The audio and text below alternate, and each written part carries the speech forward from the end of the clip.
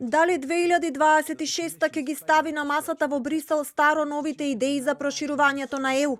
Неофицијално, според МИА, во кулуарите на ЕУ во оптек се две идеи со иста цел – забрзување на проширувањето и големо отворање на европската врата до 2030 година.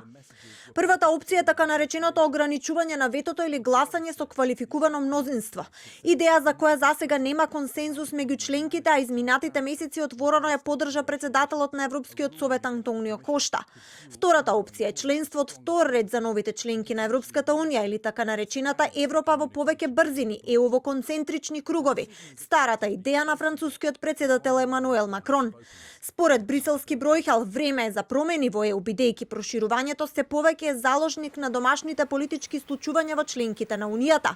Како пример ја издвојува Македонија, една од така наречените жртви на ветото. Северна Македонија речиси 15 години беше блокирана од Грција, која бараше промена на името на земјата. Оваа пречка беше отстранета со Преспанскиот договор од 2018 година, но во 2020 година Бугарија го иницираше прашањето за наводните бугарски корени на македонскиот народ и јазик, барајќи измени во уставот. Северна Македонија е оценета како подготвена да го започне процесот на согласување со правната рамка на ЕУ, но Бугарија ги блокира преговорите.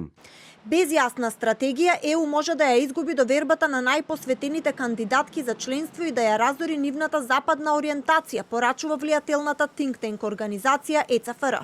Без јасна стратегија, Европската унија би можела да изгуби довербата и ентузијазмот на своите најпосветени партнери, еродирајќи го нивниот реформски напори и западна ориентација. Неактивноста би создала стратешки вакуум, што надворешните сили се подготвени да го пополнат. Русија, Кина, Турција и земјите од Персискиот залив веќе го шират своето влијание низ регионот.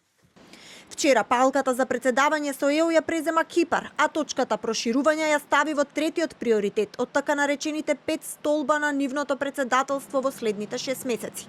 Според програмата која ја објави, проширувањето е за комплетирање на везијата автономна унија отворена кон светот.